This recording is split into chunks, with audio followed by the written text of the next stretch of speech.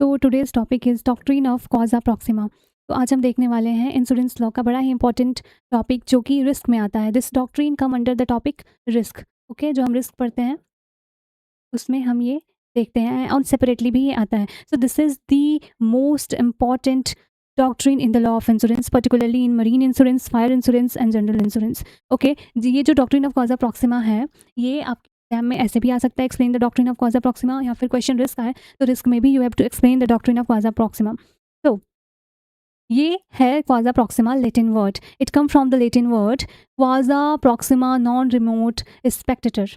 That means इसका मतलब क्या होता है, क्वाज़ा प्रॉक्सिमा का मीनिंग क्या होता है कि the proximate cause is to be looked at, not the remote cause. कि कोई भी अगर चीज़ होता है, कोई भी इवेंट होता है, तो जो प्रॉक्सिमेट कॉज है उसको देखेंगे। प्रॉक्सिमेट कॉज मतलब कि जो भी नियरेस्ट कॉज है। ओके, नियरेस्ट कॉज जो भी होगा उसको देखेंगे, जो रिमोट कॉज है उसको नहीं, जो इंपॉर्टेंट है। ठीक है, तो ये हमारे इंट्रोडक्शन में आएगा। This doctrine means that when a loss occurs due to a chain of events or multiple causes, the insurer is liable to pay compensation only for the loss caused by the nearest, most direct and dominant cause, not the cause that is remote in the chain of events. तो देखो, कोई भी event होता है तो ऐसा नहीं है कि वो अकेला हो जाए। फॉर एग्जाम्पल कि किसी ने अपना लाइफ इंश्योरेंस लेके रखा है, ठीक है, लाइफ इंश्योरेंस है। तो वहाँ पे अब किसी का अगर कोई डिज़ीज़ से डेथ होता है तो वो एलिजिबल होगा, लायबल होगा वो पैसे लेने के लिए, इंश्योरेंस के लिए, क्लेम करने के लिए, ठीक है। बट ऐसे नहीं होगा कि अचानक उसकी डेथ ही हो जाएगी, कोई डिज़ीज़ होगा, हॉस्पिटल जाएगा या फिर कहीं पे भी जाएगा, उसमें भी 2-4 इवेंट ऐसे मल्टीपल इवेंट होते रहेंगे। तो वहाँ पे देखा जाएगा कि कौन सा मेन रीज़न है उसके होने का, उसी को यहाँ पे कहा गया है चेन ऑफ इवेंट्स और द मल्टीपल कॉज, या फिर बहुत सारे कॉज हैं। हम एग्जाम्पल देखने वाले हैं, तुमको बहुत अच्छे से ये समझ में नीचे आएगा। ओके, तो प्रॉक्सिमेट कॉज में यही देखा जाएगा कि मेन रीज़न क्या है, सबसे डायरेक्ट रीज़न क्या है, डोमिनेंट रीज़न क्या है कि किसकी वजह से वो इवेंट हुआ है। If the proximate cause of loss is peril insured against, the insurer is liable. तो जो भी प्रॉक्सिमेट कॉज है वो ऑलरेडी इंक्लूड है तुम्हारे इंश्योरेंस कॉन्ट्रैक्ट में, पॉलिसी में, ठीक है। तो फिर इंश्योरर जो है वो लाइबल होगा तुमको कंपनसेट करने के लिए, ठीक है, जो इंश्योरर होल्डर है उसको कंपनसेट करने के लिए। बट अगर वो एक्सक्लूडेड है तो he will be not liable. If the proximate cause is a peril excluded under the policy, the insurer is not liable even if a remote cause was covered. तो क्या होता है कि जब भी यहाँ पे एक आ गया कंडीशन कि proximate cause जो है वो हमारे कॉन्ट्रैक्ट में, जो हम इंश्योरेंस का कॉन्ट्रैक्ट कर रहे हैं उसमें इंक्लूड होना चाहिए। अगर इंक्लूड है, ठीक है, तब भी लाइबल हो सकते हैं, अगर इंक्लूड नहीं है तो नो लाइबिलिटी ऑफ इंश्योरर। अब हम देखते हैं, this is introduction of doctrine of causa proxima. Here we learn about the maxim, meaning of maxim, और एक ओवरऑल की आखिर इसका मतलब क्या होता है, ठीक है। ये अपने इंट्रोडक्शन में लिखो। अब हम देखते हैं मीनिंग इसका और बेसिक कॉन्सेप्ट की, आखिर इसका मीनिंग क्या है, कि आया क्यों, कैसे, और इसका इंपॉर्टेंस क्या है। तो in insurance contract a loss rarely arises from a single isolated cause, ठीक है। इंश्योरेंस कॉन्ट्रैक्ट में कोई भी लॉस आइसोलेट कॉज से होता है, often there is a chain of event, ऐसे नहीं होता, ठीक है। वहाँ पे क्या है, एक minute, a loss arises from a single isolated cause, here not. Okay, तो वो ऑफन कैसे होता है, चेन ऑफ इवेंट से होता है, कोई एक कॉज नहीं होता। One event triggers another which triggers another ultimately resulting in loss, ठीक है। तो कोई एक इवेंट होता है, फिर उससे होकर दूसरा इवेंट होता है, दूसरा इवेंट होता है, और अल्टीमेटली तुम्हारा बड़ा लॉस हो जाता है, जिस लॉस को कंपनसेट करेगा, जिस लॉस को बेयर करेगा हमारा इंश्योरर, वही हमारा रिस्क है। ओके, तो here the question arises which cause should be consider for fixing liability, कि कौन सा, अगर 3-4 रीजन से कोई हो रहा है, फर्स्ट सेकेंड थर्ड 3 रीजन हो गए जिसकी वजह से कोई इवेंट हुआ, तो कौन से रीज़न की वजह से हम देखेंगे कि लाइबिलिटी अराइज होगी, ठीक है, वो लाइबिलिटी फिक्स कैसे होगी। तो यही है इस डॉक्ट्रिन का सबसे बड़ा इंपॉर्टेंस, सबसे ज़्यादा यूज़ कहो। The doctrine answers that by stating that liability depends not on the cause that is first in time, but on the cause that is proximate in efficiency. That is the dominant, effective and operative cause that sets the other cause in motion. तो ये doctrine कहता है कि ज़रूरी नहीं है कि जो इवेंट पहले हुआ हो, सबसे पहले वही इवेंट होगा आपका मेन लॉस होने का कारण, वही रीज़न होगा, ऐसा नहीं है। वो रीज़न होगा प्रॉक्सिमेट, वो होता है जिसकी बहुत ज़्यादा एफिशिएंसी है उस लॉस में, जो सबसे ज़्यादा डोमिनेट करता है उस लॉस में, इफेक्टिव हो जो। तो यहाँ पे ये डॉक्ट्रिन सबसे पहले सेपरेट कर देता है कि सबसे पहला हुआ ऐसा ज़रूरी नहीं है, कोई चेन ऑफ इवेंट्स हो रहे हैं तो उसमें सब पहला दूसरा तीसरा, ऐसा ज़रूरी नहीं कि जो पहला इवेंट है वही आपके कॉज, लॉस का कॉज है, रीज़न है। ओके, यहाँ पे जो एफिशिएंट है वो देखा जाएगा, दूसरा एफिशिएंट हो सकता है, तीसरा भी एफिशिएंट हो सकता है। तो दिस डॉक्ट्रिन टेल इंपॉर्टेंट, मैंने क्लैरिफिकेशन यहाँ पे इसलिए हाईलाइट करके रखा है कि ये दिमाग में क्लैरिटी रहना चाहिए that proximate does not mean nearest in time. Okay, nearest in time नहीं होता है, it means the cause that most effective and dominant in producing the result even if other event occur later in the timeline. कि ये सबसे ज़्यादा जो effective है वो इवेंट होने में, वो कॉज होने में, वो लॉस होने में सबसे ज़्यादा जिसका रीज़न जो सबसे ज़्यादा इफेक्टिव है वो होगा प्रॉक्सिमेट कॉज। ठीक है, यहाँ पे हम एक एग्जाम्पल देखते हैं। ठीक है, ये मैंने समझने के लिए एक एग्जाम्पल लिया है। Suppose a ship is insured against peril of the sea. Okay, कोई शिप है वो सी के लिए लाइसेंस इंश्योर्ड है, but war risk are excluded. ये दिमाग में रखना कि उस कॉन्ट्रैक्ट में वॉर रिस्क एक्सक्लूडेड है। During a war ship attacks and damage the insured ship, proximate cause act as war, जो कि तुम्हारे कॉन्ट्रैक्ट में है ही नहीं, एक्सक्लूड है। तो due to this damage sea water enter the ship. ठीक है, जो सी वाटर है शिप में आ जाता है और जिसकी वजह से इवेंचुअली क्या होता है, वो जो भी शिप है वो डूब जाता है, सिंक कर जाता है। ठीक है, तो यहाँ पे क्या हुआ, ये पूरी कहानी देखो कि कॉन्ट्रैक्ट है एक इंश्योरेंस का जिसमें कि जो वॉर रिस्क है वो एक्सक्लूडेड है और डेंजर ऑफ सी इंक्लूडेड है, कि बाकी जो भी डेंजर होगा वो इंक्लूड है। ओके, बट क्या होता है कि वॉर की वजह से शिप में कुछ डैमेज हो जाते हैं और वो इवेंचुअली डूब जाती है। अब देखो कोर्ट यहाँ पे क्या देखता है, here even though sea water entering look like the immediate physical cause of sinking, the court will track back to the dominant and effective cause, the act of war. Okay, which is excluded. यहाँ पे हमको सीधे दिख रहा है कि जब पानी आया उस शिप में उसकी वजह से वो डूबा, उसकी वजह से वो सिंक कर गया, ये दिख रहा है सामने, सबसे इमीडिएट भी लग रहा है क्योंकि वो फिजिकली नज़र आ रहा है। बट यहाँ पे कोर्ट ने क्या देखा कि वो पानी अंदर कैसे आया, वो वॉर की वजह से आया, और वॉर क्या था हमारे कॉन्ट्रैक्ट में, एक्सक्लूडेड था, इंक्लूड था ही नहीं। तो यहाँ पे क्या होगा, इंश्योरर लाइबल नहीं होगा, वो लॉस को बेयर करने के लिए, लॉस को कंपनसेट करने के लिए आप क्लेम नहीं कर सकते हो। तो here the insurer will not be liable because the proximate cause was war not a peril of sea. तो यहाँ पे हम देखते हैं कि जो प्रॉक्सिमेट कॉज है वो आपका वॉर है, शिप नहीं। ठीक है, ओ सॉरी, वॉर है वो पानी का आना और शिप का डूबना नहीं। Okay, so this example shows the essence of the doctrine. Court look at the efficient dominant cause, not merely the last event before the loss.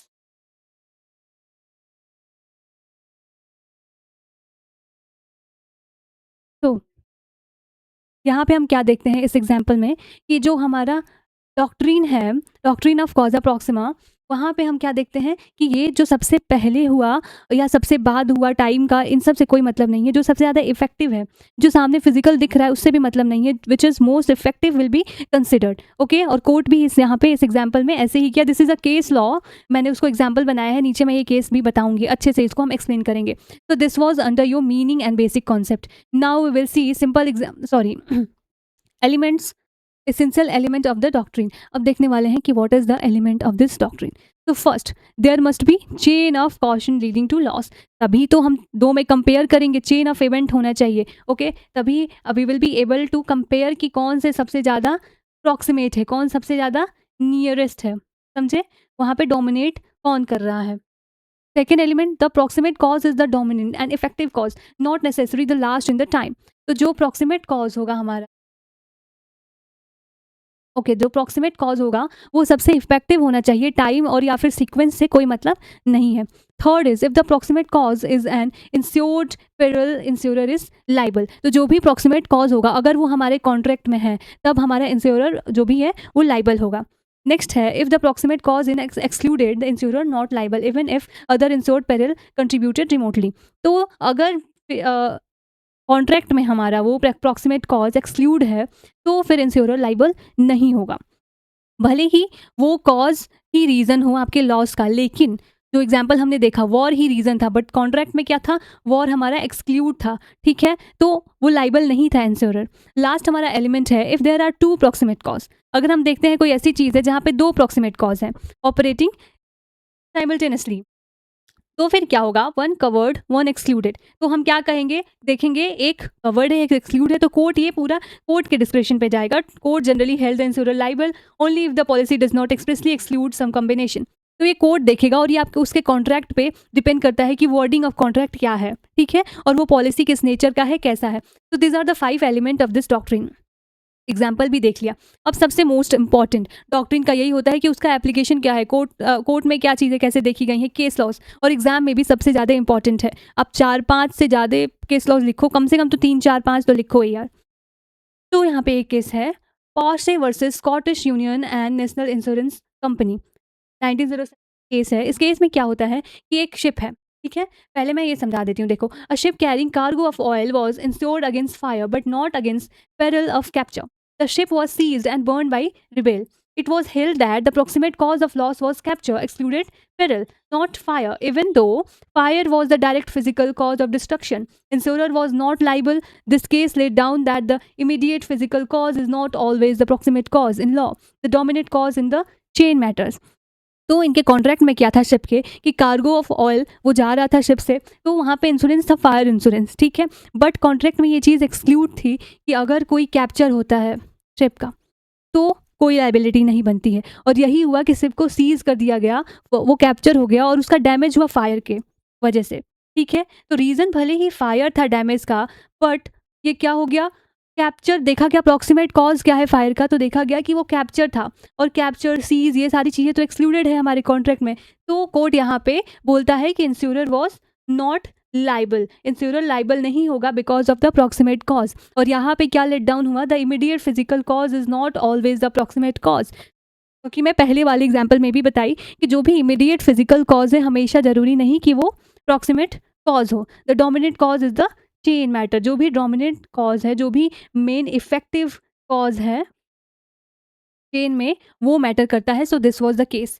Next case है हमारा, this is the most important case of this topic. Your answer will not be considered complete without this case law. Okay, तो ये तो mention करना ही है, इसीलिए मैंने इसको बहुत ही डिटेल में लिखा हुआ है कि फैक्ट क्या थे, हेल्ड क्या हुआ था, इसके प्रिंसिपल क्या लेट डाउन हुए थे, एवरीथिंग। तो जस्ट लेट्स केस है हमारा, Leyland shipping company limited versus Norwich union fire insurance society 1918। ये बहुत ही इंपॉर्टेंट केस है। इसमें क्या हुआ था कि a ship was torpedoed by an enemy submarine during World War One. Okay, war risk इसमें क्या था, एक्सक्लूड था, इंक्लूड नहीं था, एक्सक्लूड था। The ship did not sink immediately but was टॉर्ड to harbour due to rough seas. The peril of seas in short, देखो इसमें क्या था कि जो सी से हो रहे हैं पेरिल वो इंक्लूड थे, बट जो वॉर था वो इंक्लूड नहीं था। The ship eventually sank. तो इसमें क्या होता है कि एक शिप है जिसके कॉन्ट्रैक्ट में है कि जो भी डेंजर होता है आपके समुंदर में वो तो इंक्लूड है इंश्योरेंस में, बट वॉर इंक्लूड नहीं है। तो यहाँ पे क्या होता है कि वॉर की वजह से शिप में कुछ डैमेजेस होते हैं, ठीक है, कोई डैमेज आता है, तो वो शिप तुरंत ही नहीं डूबती है। उसकी वजह से क्या होता है कि जो भी रफ वेदर था, जो भी समुंदर में लहरें थी वैसे रफ थी, उनकी वजह से वो ऑलरेडी डैमेज शिप था और बहुत ज़्यादा उसमें और सामना भी करना पड़ा समुंदर का। देखो दो इवेंट यहाँ पे दिख रहे हैं, और इवेंचुअली क्या हो गया, समुंदर में वो शिप डूब गया। तो यहाँ पे देखो कोर्ट क्या है, यहाँ पे दो कॉजेज दिख रही हैं, तो कोर्ट ने क्या हेल्ड करा, लेट्स सी।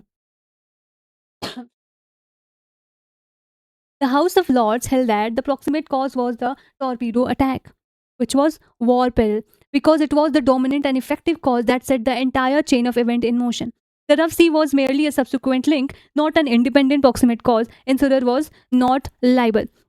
तो यहाँ पे जो टॉर्पेडो अटैक हुआ उसको देखा गया अप्रॉक्सीमेट कॉज की तरह, and that was the main most effective cause that set the entire chain of event, जिसकी वजह से सारे इवेंट हुए। ये कंसिडर किया गया कि जो रफ वेदर था, रफ सी था, वो भी था, ठीक है, उसका भी इंपॉर्टेंस है, but approximate cause was the attack. और यहाँ पे इंश्योरर लाइबल नहीं हुआ बिकॉज कॉन्ट्रैक्ट में हमारा वॉर वॉज एक्सक्लूडेड। तो in this case the principle laid down that proximate cause means the cause proximate in efficiency, not in time, कि cause वो देखा जाएगा which are efficient not in time.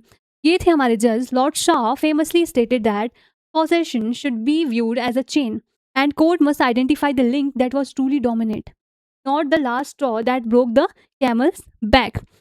तो ये यहाँ पे बड़ा ही फेमस यहाँ पे उनका स्टेटमेंट है कि हम ये देखेंगे कि सबसे ज़्यादा डोमिनेट कॉज क्या है, वो नहीं कि जो आखिरी कड़ी है, आखिरी चन है, उसकी वजह से डैमेज देखा जाएगा, ये नहीं होगा, ठीक है। अब जैसे मान लो यहाँ पे बहुत सारे हमने बंडल ऑफ लकड़ियाँ रखी और यहाँ पे एक आदमी, ठीक है, तो यहाँ से अगर कोई फर्स्ट लकड़ी को धक्का देता है और जिसकी वजह से गिरते गिरते गिरते गिरते सारे गिरते हैं और इसके ऊपर आता है और इसको क्या होता है, इंजरी हो जाता है। तो हमारा कॉज ये नहीं होगा कि ये आखिरी वाला इसके ऊपर गिरा तो इसको डैमेज हुआ, नहीं, यहाँ से जो गिरना स्टार्ट हुआ, that will be the main cause, that will be the efficient cause, okay, dominant cause.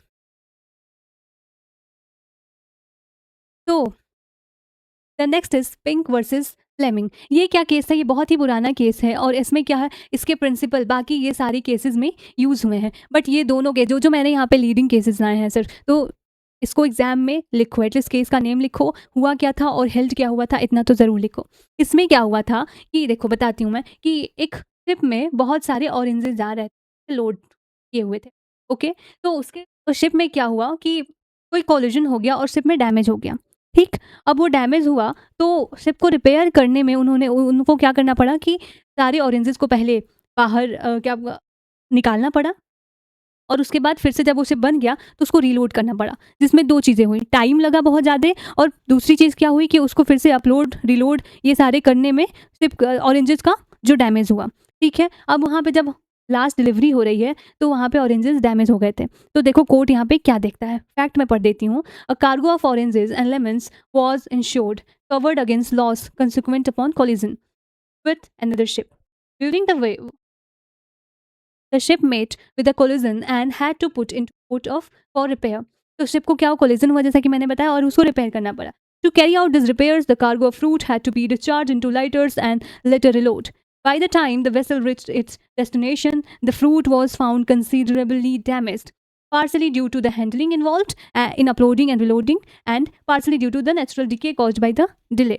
तो समझे क्या हुआ कि कोलिजन की वजह से शिप को रिपेयर करने के लिए फिर से अपलोड रिलोड करना पड़ा उस ऑरेंजेस को, और थोड़ा टाइम भी लगा जिसकी वजह से ऑरेंजेस क्या हो गए थे, डैमेज हो गए थे. तो यहाँ पे इशू आता है main, was the collision the approximate cause of damage to the fruit, or was the handling delay during repair not directly ensured peril was the reason. So the court held that the approximate cause of damage was the handling and delay, not the collision. कि proximate cause क्या था कि handling था, delay नहीं था. Court held that it had long been the settled rule in English marine insurance law that only the cause proxima or immediate cause of the loss must be regarded. A rule so well established that parties are taken to have contract on the thing on the footing. Okay. तो यहाँ पे क्या था कि देखा गया कि collision हुआ, चलो ठीक है, शिप रिपेयर हो रही है, ठीक है, बट द अप्रॉक्सीमेट कॉज देखा गया कि जो अपलोड और रिलोड बार बार किया गया उन ऑरेंजेस का, उसकी वजह से वो डैमेज हुए, उसकी वजह से वो खराब हुए, ठीक है. द कोर्ट की रीजनिंग क्या थी, ऑल दो the collision started the chain of event का स्टार्ट कैसे होता है, चेन कहाँ से स्टार्ट होता है, कोलिजन से स्टार्ट होता है, but it was too remote, लेकिन वो बहुत ही फार है मेन हमारे लॉस से. The fruit was damage by the handling during uploading which was new and distinct link in the chain, not a direct or inevitable consequences of the collision itself. Therefore, the insurer was not liable since consequent upon collision did not extend to cover loss from delay and handling. तो हम क्या देखेंगे यहाँ पे कि court की reasoning क्या थी कि जो सबसे ज़्यादा इफेक्टिव है, सबसे ज़्यादा पास में, उसको देखेंगे. Here is the next case. This is very interesting case. वैसे तो इसको काफ़ी आसानी से तुम समझ लोगे. So this is Winspear versus Accident Insurance Company 1880. तो इस केस में क्या होता है कि एक आदमी ए है, वो एक स्ट्रीम को क्रॉस कर रहा था, ठीक है, बड़ी सी नहर जो भी स्ट्रीम है. तब तक क्रॉस करते के टाइम उसको क्या हो गया, ही फेट एंड ड्रॉन, कि उसको सबकॉन्शियस हो गया, वो वहाँ पे गिर गया और उसकी वजह से वो डूब गया उस नहर में. The policy covered death by accident but excluded death by disease. अब उसकी जो पॉलिसी थी, इंश्योरेंस कंपनी की जो पॉलिसी थी, उसमें कॉन्ट्रैक्ट में क्या था कि वो डेथ को कवर करेगा एक्सीडेंट के, लेकिन कोई डिजीज सफ़र कर रहा है उससे नहीं होगा. तो यहाँ पे देखा गया कि उसका ऐसे बेहोश होना अप्रॉक्सीमेट कॉज था या फिर उसका डूबना अप्रॉक्सीमेट कॉज था. दो यहाँ पे इवेंट हो रहे हैं. पहले क्या हुआ, वो बेहोश हुआ जिसकी वजह से वो डूब गया. अब देखो यहाँ पे कोर्ट क्या कहती है, it was held that drowning, जो डूबा, was the approximate cause not the fit, because drowning was the direct and effective cause of death. तो यहाँ पे उसके डूबने को इफेक्टिव कॉज देखा गया डेथ का. ये अलग अलग केसेस में अलग अलग चीज़ें हेल्ड होती हैं. और वो जो फिट था वो डिजीज़ को कंसिडर नहीं किया गया, this was consider as an accident. और फिर जो कंपनी थी वो लाइबल हुई, इंश्योरर कंपनी, वो eventually become liable for compensation. तो ये हमने केस लॉज देखे, इंपॉर्टेंट सारे एसेंशियल्स देखें, सारे और क्या मीनिंग वगैरह सब कुछ देख लिया. अब हम देखते हैं इसका application. This is the most important. वैसे तो इंपॉर्टेंट सारे ही हैं। अब हम देखते हैं इसका application of the doctrine cause Proxima in various classes of insurance. ये इंश्योरेंस काफ़ी टाइप के हैं हमारे, लाइफ इंश्योरेंस है, मरीन इंश्योरेंस, कार इंश्योरेंस, तो सब में हमारा क्या इसका एप्लीकेशन है। तो सबसे पहले लाइफ इंश्योरेंस से स्टार्ट करते हैं। जनरली लाइफ इंश्योरेंस में ये कवर नहीं होता है because the doctrine of causa proxima has very limited role. This is because the life insurance policy is a contract to pay a fix sum on the death of the insured regardless of cause of death. जो भी है life insurance है वो क्या एक fix सम पे करने वाला है, और फिर इससे लाइक इसमें क्या ही इवेंट होंगे कुछ देखेंगे, वेदर नेचुरल, एक्सीडेंटल और ड्यू टू डिजीज, जो भी है उसमें इसको पे ही करना होता है। तो इसमें बहुत ज़्यादा इस डॉक्ट्रिन का कोई रोल नहीं है। The insurer proceed in the calculation of the average duration of human life and insurers against that due to the natural cause। तो यहाँ पे क्या है, इंश्योरर हमारा the insurer proceed the calculation of the average duration of human life, कि वो क्या करता है, वो कैलकुलेट करके रखता है कि इवेंचुअली कई टाइप के हमारे लाइफ इंश्योरेंस होते हैं, टर्म लाइफ होते हैं अलग अलग, कि आप उसमें उसके कंडीशंस ही अलग अलग हैं, राइट। तो यहाँ पे नहीं होता है, बट इसके कुछ एक्सेप्शंस भी हैं। We will see the exception. यहाँ पे एक्सेप्शन क्या है, तो हमारे एक्सेप्शन में आता है suicide. Suicide is an exception. The only real application of causa Proxima in life insurance arises with the exception of suicide. If the accused voluntarily put an end to his own life, the insurer is not liable on ground of public policy and by application of maxim causa proxima। तो अगर कोई जानबूझ के अपने खुद के life को danger में लाता है तो फिर यहाँ पे इंश्योरर लाइबल नहीं होगा, ठीक है। हाँ, here court examine whether death was proximate cause by deliberate conscious act of self-destruction excluded or occurred due to an intervening accident, medical issues, these all are covered। मतलब कि इसका मतलब क्या कहता है कि अगर ये चीज़ होती है, सुसाइड होता है, तो अगर वो माइंडफुल तरीके से कोई काम कर रहा है तो ये एक्सक्लूड होगा। बट अगर कोई मेडिकल रीज़न है, अगर कोई एक्सीडेंट है या फिर कोई साउंड माइंड का लोग नहीं है, कोई इंसेन है, वो करता है, तो ये इस चीज़ को कवर्ड करेंगे, मतलब कि वो लाइबल होगा। और इसमें देख इसको इंश्योर्ड जो है वो कंपेंसेट करेगा, ठीक है। एक एग्जांपल से देखते हैं। If a person suffering from several depression jumps in front of train, the approximate causes suicide excluded especially within the initial policy period as per section 45 of the Insurance Act 1938 in India।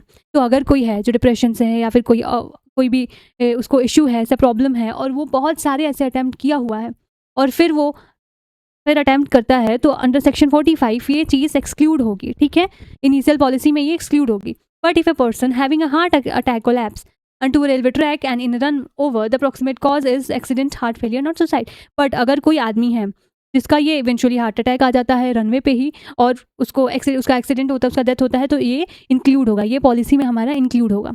तो यहाँ पे life insurance में हमारा conclusion ये आता है कि जो इंश्योरेंस लाइबिलिटी है is nearly absolute barring suicide और fraud. The doctrine has narrow application compare to the other classes. कि लाइफ इंश्योरेंस में इस डॉक्ट्रिन का बड़ा ही नैरो ही एप्लीकेशन है, और जो यहाँ पे केसेस हैं लाइक सुसाइड के हैं, एग्जाम्पल के थ्रू भी देखें, तो ये सारे अलग अलग तरीके से यहाँ पे कुछ लिमिटेड हैं, ओके।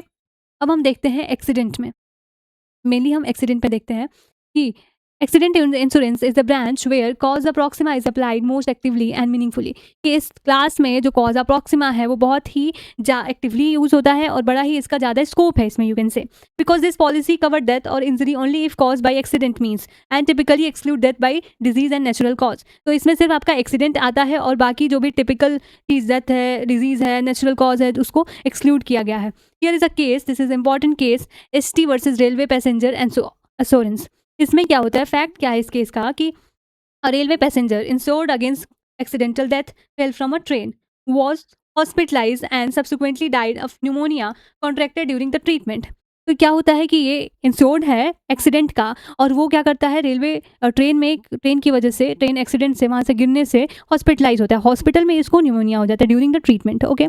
तो यहाँ पे कोर्ट देखेगा कि प्रॉक्सिमेट कॉज क्या है, कि वो फॉल प्रॉक्सिमेट कॉज है या न्यूमोनिया प्रॉक्सिमेट कॉज है, क्योंकि ये डिजीज अगर प्रॉक्सिमेट कॉज होगा तो ये इसमें लाइबल नहीं होगा, okay. So court held, applying the maxim causa proxima, the court held that the death was result of accident and the insurer was liable।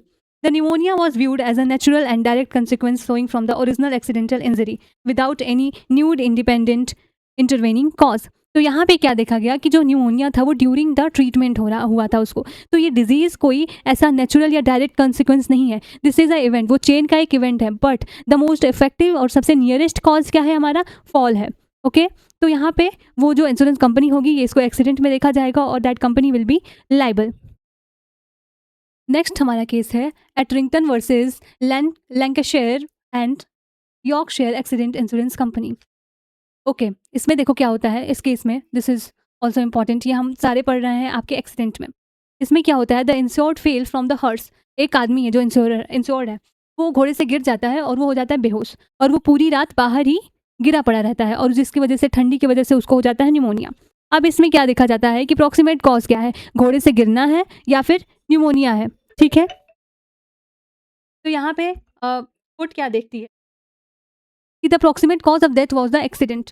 Since the injury leading to unconsciousness, exposure to cold and then pneumonia were natural event developing gradually one after one without any new independent intervening cause. तो यहाँ पे court देखो directly देखती है कि proximate cause हमारा है fall, जो वो गिरता है हॉर्स से, और गिरने की वजह से वो बेहोश होता है, उसकी वजह से वो गिरा पड़ा रहता है पूरी रात, और उसकी वजह से उसको ठंडी लगती है, और उसकी वजह से उसको होता है न्यूमोनिया। देखो इवेंट कितना बड़ा बड़ा बड़ा बड़ा होते जा रहा है इसमें।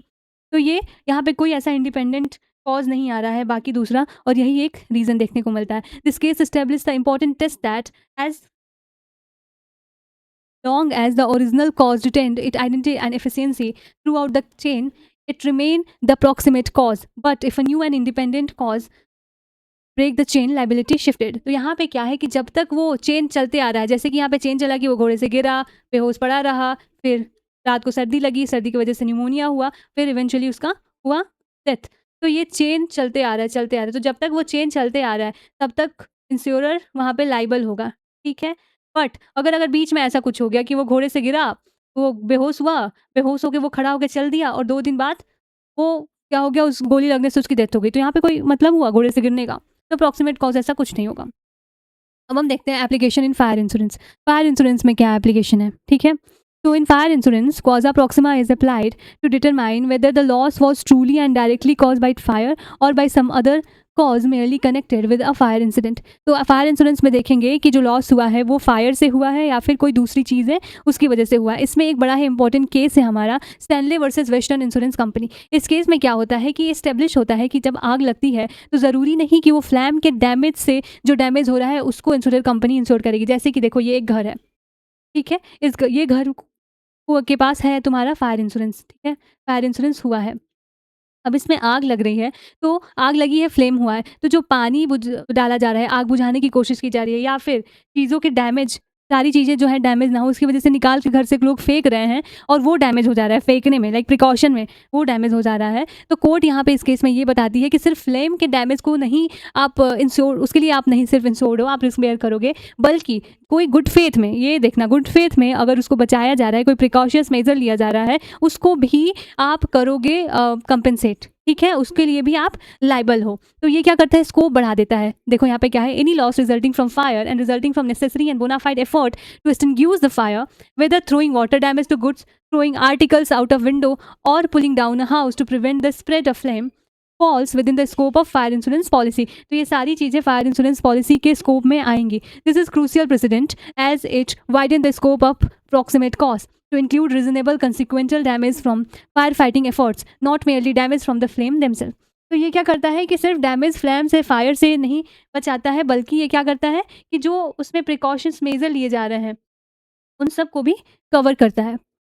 नेक्स्ट हम देखते हैं मरीन इंश्योरेंस। मरीन इंश्योरेंस में क्या है, this is the origin of doctrine of causa Proxima, कि ये कॉजा प्रॉक्सिमा का ओरिजिन ही मरीन इंश्योरेंस से हुआ है, and remain the most rigorously applied field, now codified under section 55 of English Marine Insurance Act 1906 and corresponding Indian Marine Insurance Act 1963 कि section 55 में इसके बारे में दिया गया है। और ऊपर जो हमने केस लॉ जितने पढ़े हैं वो यहाँ पे भी आप एग्जाम्पल में देख सकते हो, क्योंकि मैंने ऑलरेडी पहले ही ये केस लॉज कॉजा प्रॉक्सिमा में पढ़ा दिए थे, तो मैं नीचे नहीं लिखी। पिंक वर्सेस फ्लेमिंग भी डाल सकते हो, ये ले लैंड शिपिंग कंपनी भी डाल सकते हो, तो ये सारे केस यहाँ पे भी डालोगे, और जो मैं पहले बताई हूँ यही वो है। इसका स्टेटूरी प्रोविजन क्या है, section 55(1) of the marine insurance act provide that the insurer is liable only for loss proximately caused by a peril insured against and not liable for loss that proximately so caused।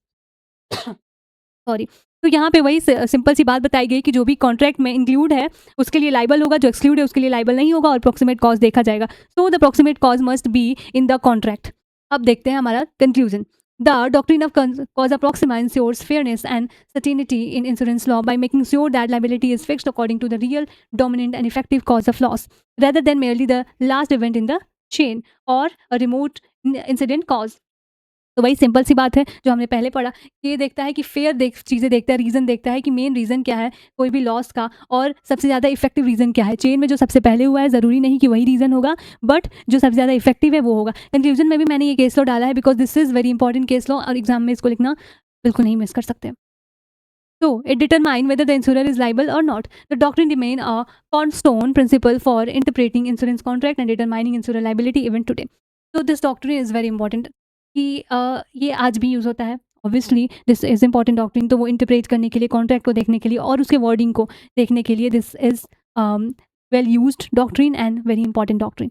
अगर insurance law पढ़ो, insurance law का paper है तो 100% I am telling you कि आपका paper में ये question आने वाला है। And if you right all this content which I have bring in this video, इतना लिखते हो, इतने केस लॉज लिखते हो जो मैंने लाया है, आई एम श्योर अगर 10 मार्क्स का क्वेश्चन है यू विल गेट 8 और 9, क्योंकि 10 आउट ऑफ 10 लॉ में हम नहीं लाते। Okay, so thank you and yes, don't forget to like and yes, subscribe. If you have any doubts, so please comment me. Okay.